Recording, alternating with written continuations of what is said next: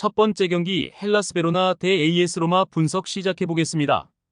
베로나는 주중 원정 경기에서 레체에 패했으며 단순한 패배가 문제라기보다는 그 경기를 통해 잃은 게 많은데 중앙 미드필더로 전체적인 조율을 하는 레다벨라인과 측면 수비수인 차추아가 퇴장당하며 이번 홈 경기에 나설 수 없기에 실바를 비롯해 로테이션 자원들이 나와야 하는데 풀 전력이라 보기 어렵다.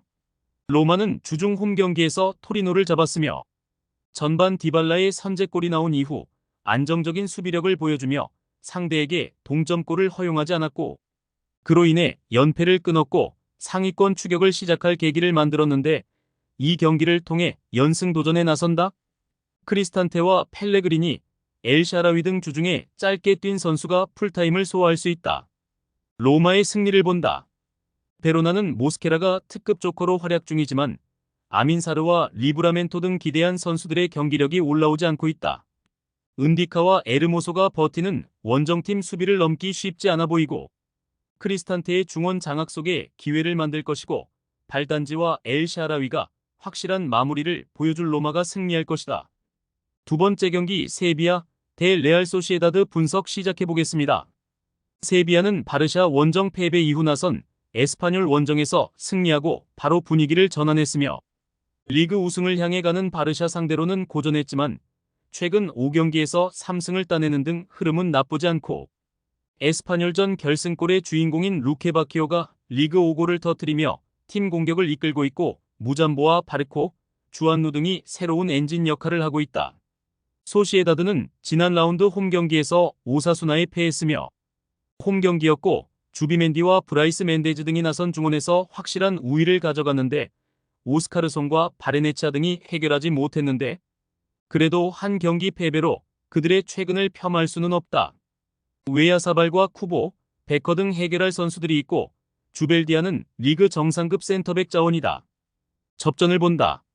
세비야는 구데이와 카르모나, 나바스 등 팀을 대표하는 베테랑들이 있지만 선수단의 변화가 큰 이번 시즌 어느 정도 안정을 찾았다. 산비 로콩가와 소우 등 중원에서 상대에 밀리지 않을 조합도 있고 쿠보와 오스카르손을 앞세울 소시에다드가 역습을 노리며 경기에 임하겠지만 차선의 결과를 받아들 것이다. 세 번째 경기 인터밀란 대 베네치아 분석 시작해 보겠습니다. 인테르는 엠폴리 원정을 승리하며 순위를 끌어올렸으며 차라노글루의 이탈 속에 선발 출전한 프라테시가 중원을 지켜내며 멀티골을 터뜨렸고 라우타로가 상대 수비를 무너뜨렸고 그로 인해 최근 5경기에서 4승 1무로 맹렬하게 승점을 쌓으며 나폴리를 추격 중이며 타이트한 일정 속에 이 경기에서 조금은 로테이션을 가동할 수도 있지만 다음 일정이 챔스 홈 경기기에 큰 변화는 없을 것이다. 베네치아는 주중 홈 경기에서 우디네세에 승리했으며 전반 상대에게 멀티골을 허용하며 고전했지만 결승골 포함 페널티킥 멀티골을 기록한 포후얀 팔로의 활약이 있었는데 그러나 여전히 강등권 순위기에 승점 추가가 필요하고 리그 최강팀인 인테르 상대로 극단적인 수비 축구로 나설 것이다. 인테르의 승리를 본다. 베네치아는 승격팀으로 전력 보강을 하고 리그에 참여했지만 세리에 중상위권 팀들과의 격차를 느끼고 있다. 라우타로와 튀랑이 경기 내내 공격적인 문전 침투로 상대 수비를 무너뜨릴 것이고 디마르코와 둠프리스의 측면 지원이 있을 인테르가 승리할 것이다.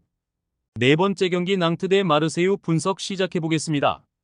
낭트는 지난 라운드에서 스트라스부르에 패했으며 카더웨어와 소바 토마스 등 득점력을 갖춘 윙어들이 경기 내내 공격적인 침투를 했지만 상대 풀백의 오버래핑을 저지하지 못했고 모하메드가 상대의 집중 견제에 고전했고 그로 인해 무승이 길어지며 중하위권 추락을 눈앞에 두고 있는데 카스텔레토의 수비 존재감이 옅어진 것도 최근 부진의 원인이다.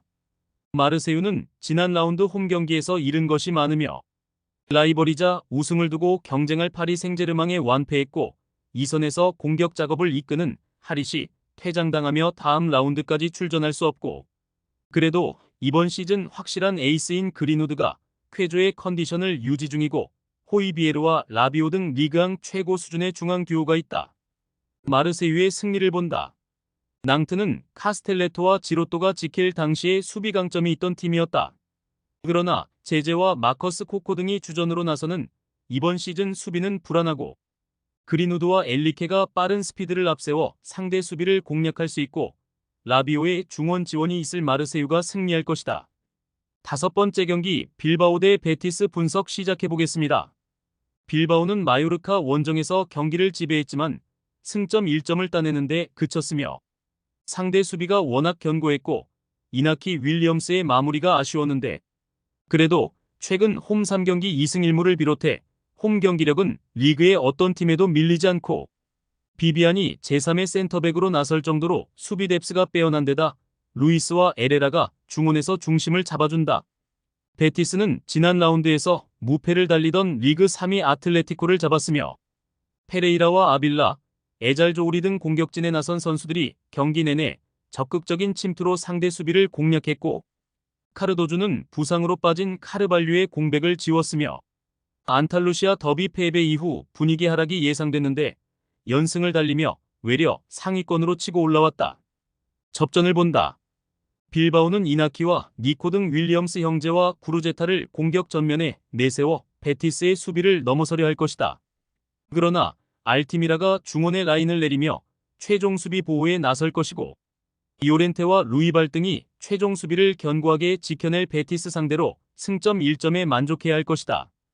최종 조합은 영상 아래 고정 댓글로 말 걸어주시면 오늘 정보방에서 무료로 공유해드립니다.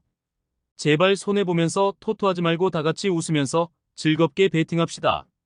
함께 하실 분들은 부담 갖지 마시고 편하게 말 걸어주세요.